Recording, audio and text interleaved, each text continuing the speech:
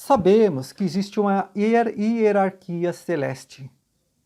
Essa hierarquia celeste, ela pode ser vista aqui.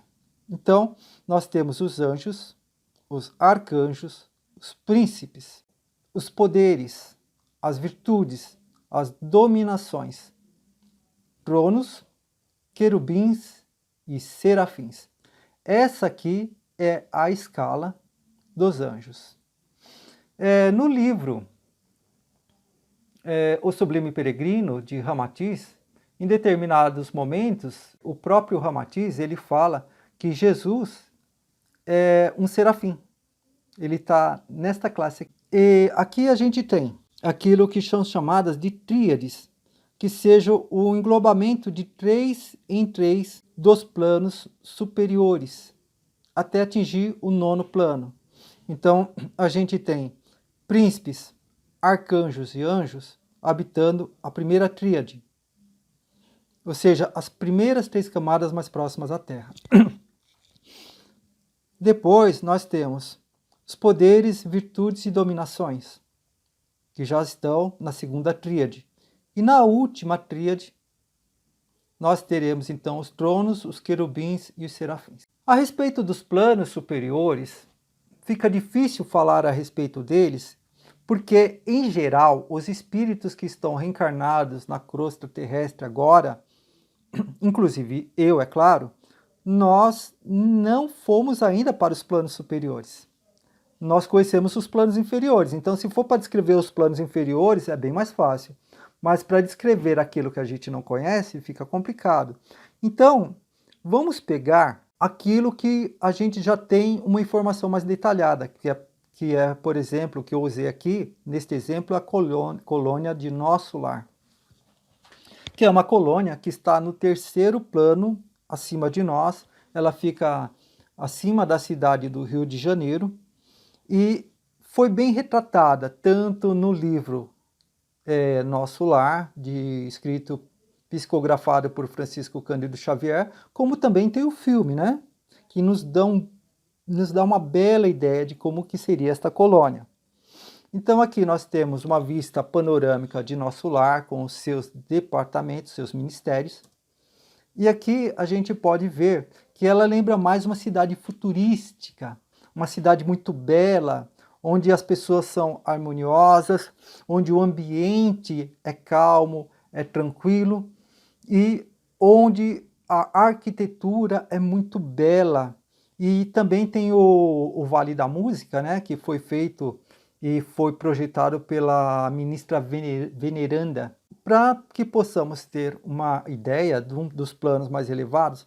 Se na colônia espiritual de Nosso Lar, que não é uma colônia tão elevada assim, que ainda está no umbral, embora num dos planos mais elevados do umbral, mas ainda não saiu do umbral, a gente vê que ela consegue ser tão bela, tão bonita, tão pitoresca. Imagina então as cidades e colônias espirituais que estão no 5º, no 6º, no 7º, no 8º ou no 9º plano. Paulo de Tarso, em um de seus desdobramentos espirituais, ele diz que ele teve a oportunidade de ir até o 7º céu.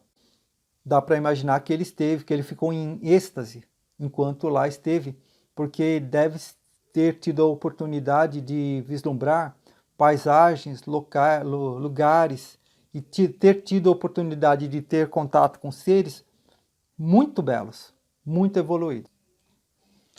O fluido cósmico universal. Eu vou revelar para vocês um dos segredos mais interessantes a respeito da evolução do ser humano. Nós sabemos que o animal evolui, mas o ser humano, a evolução dele é particularmente vista com muito cuidado e carinho pelos mentores espirituais, porque quando o espírito chega na condição de ser humano, ele já conta com atributos que o animal não tem, para poder evoluir mais rapidamente. Quais são? Ele tem raciocínio, tem livre-arbítrio e ele tem uma consciência bastante desenvolvida, o que permite que ele seja responsável pelas suas próprias ações. Você não pode culpar um cachorro pelas coisas que ele faz, porque ele ainda é bastante primitivo. Ele segue muito mais os instintos do que a razão, o que já não acontece com o ser humano. O ser humano sabe distinguir muito bem o que é certo do que é errado. E à medida que ele vai evoluindo, isso vai ficando cada vez mais claro para ele. Mas lembra que eu falei para vocês que o ser humano, à medida que ele evolui, ele vai adquirindo cada vez mais capacidade de irradiação das suas energias, cada vez ele vai conseguindo mais ter uma aura potente e poderosa, ele vai, com isso, aumentando a sua vibração. Então, a minha vibração é lenta perto da vibração de um espírito superior. Um espírito superior, a vibração dele pode ser lenta, próximo de um espírito, de um arcanjo, por exemplo, ou de um serafim. Mas chega um determinado momento que esses espíritos, eles têm uma vibração que ultrapassa a vibração do fluido cósmico universal, ou seja, a essência dele vibra mais rapidamente do que o fluido cósmico universal. E vamos lembrar que o fluido cósmico universal, ele compõe toda a matéria que existe no universo. Então, a partir desse momento, a partir do momento que a vibração dele começa a se igualar com a do fluido cósmico universal, ele consegue, através da mente, manipular esse fluido. Ou seja, em outras palavras, o que eu quero dizer para vocês é que tudo o que esses espíritos imaginarem, independente do plano onde eles estejam, aquilo acontece. Então vamos lembrar que Jesus, no Evangelho, em determinado momento, ele está pregando para aproximadamente 5.000 pessoas. Surge uma necessidade, as pessoas estão com fome. Então ele pede que tragam para ele todo o alimento disponível. E eram apenas alguns pães e peixes. E ele fala, coloquem nos cestos, vão tirando e dando de alimentar as pessoas. Como que isso aconteceu? É simples. Jesus, na condição de um espírito da classe dos serafins, um espírito da ordem crística, ele conseguia simplesmente, através da sua vontade, fazer com que o fluido universal, que é o fluido que compõe tudo o que existe, inclusive a nossa ciência agora está se dando conta disso, que tudo é feito a partir de um único elemento que se recombina através de vibrações infinitas e gera tudo o que existe. Então, ele, através da sua mente, ele conseguiu criar, fazer com que aparecessem, surgissem mais pães e peixes de acordo com a necessidade que estava havendo no lugar. Tanto é que depois sobraram até pães e peixes, cestos, né? Porque os cestos não se esvaziavam, que depois foram distribuídos para mais pessoas. Kardec classificou os guias espirituais em 3 categorias: espíritos protetores, espíritos familiares e espíritos simpáticos. Vamos falar então sobre essas categorias. O espírito protetor ou anjo guardião é sempre um bom espírito mais evoluído. Trata-se de um orientador principal e superior, e sua missão assemelha-se à de um pai para com seus filhos, a de orientar o seu protegido pela senda do bem, auxiliá-lo com seus conselhos, consolá-lo em suas aflições. A missão dos espíritos protetores tem duração prolongada, pois estes acompanham o protegido desde o nascimento até a sua desencarnação. Sua atuação não é de intervenção absoluta em nossas vidas. Evita tomar decisão por nós, respeitando o nosso livre-arbítrio. Sente-se feliz quando acertamos e se entristece quando erramos, mas sabe que mais cedo ou mais tarde o seu tutelado voltará ao bom caminho. O amigo espiritual comparece quando é invocado por meio de uma simples prece. Aqui, essa gravura mostra para nós o momento em que Emmanuel aparece na condição de Públio Lentulus, que foi uma das reencarnações antigas, ou seja, de uma encarnação anterior que ele teve, que na verdade ele conta no livro há 2000 anos como foi essa encarnação, né? Foi o momento em que ele teve a oportunidade de conhecer Jesus. Então, ele aparece com esta forma para Francisco Cândido Xavier, que está representado na figura desse rapaz aqui.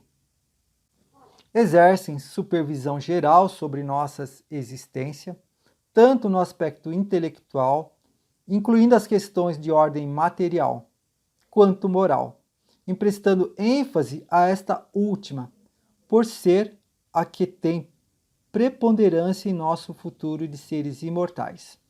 Gente, deixa eu explicar uma coisa para vocês. Quando se fala em anjo da guarda, não significa que vai ser aquele anjo clássico que tem asas, tá bom? Não, não é isso. Significa que é um espírito mais evoluído que nós. Inclusive, quando eu tinha ali meus 4, 5 anos de idade, eu tive a oportunidade de ver o meu anjo guardião.